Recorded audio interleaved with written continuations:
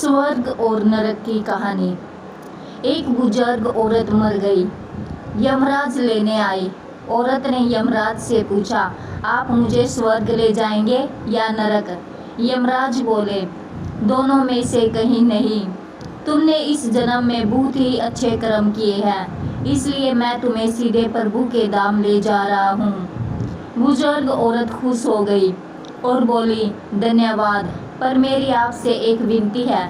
मैंने यहाँ धरती पर सबसे स्वर्ग नरक के बारे में बहुत सुना है, इसलिए मैं एक बार दोनों जगहों को देखना चाहती हूँ।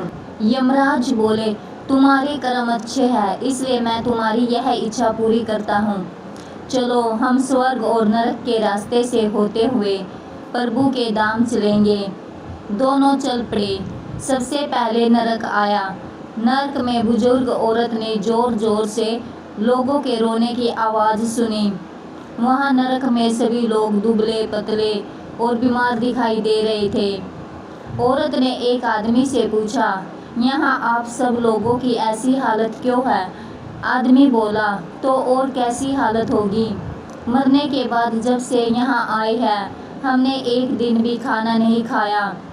भूख से हमारी आत्माएं तड़प रही है। बुजुर्ग औरत की नज़र एक विशाल पतीले पर पड़ी, जो कि लोगों के कद से करीब 100 फीट ऊंचा होगा। उस पतीले के ऊपर एक विशाल चम्मच लटका हुआ था।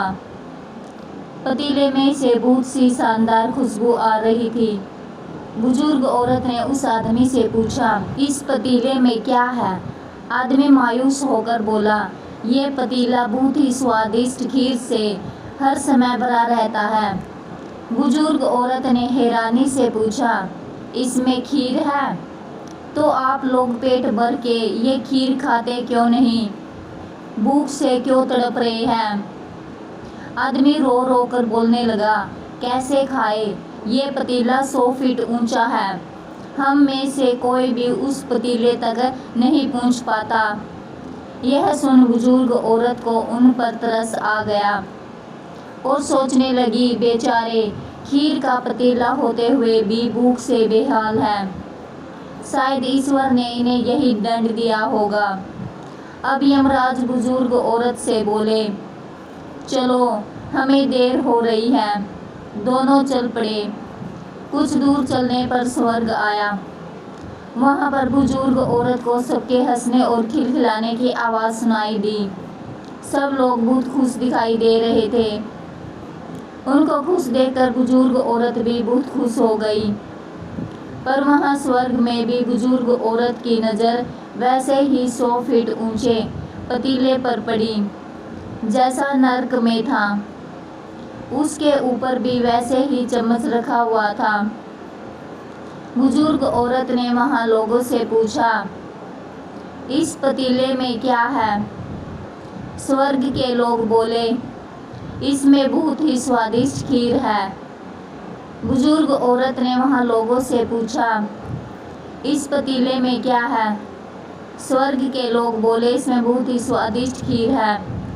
बुजुर्ग औरत हैरान हो गई और उनसे बोली, पर यह पतीला तो 100 फीट ऊंचा है। आप लोग तो इस तक पहुंच ही नहीं पाते होंगे। उस हिसाब से तो आप लोगों को खाना मिलता ही नहीं होगा।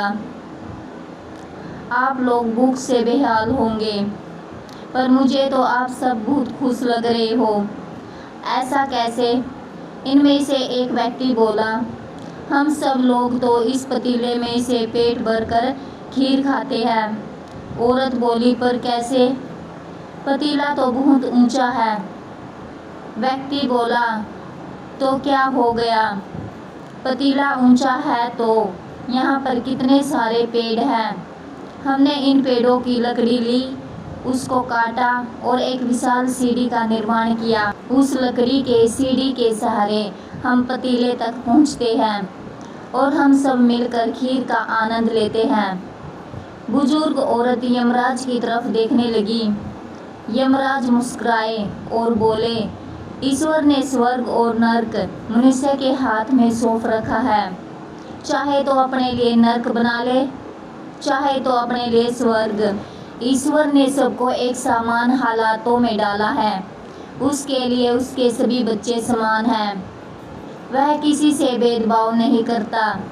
वहाँ नर्क में भी पेड़ पौधे सब थे, पर वह लोग खुद ही आलसी है।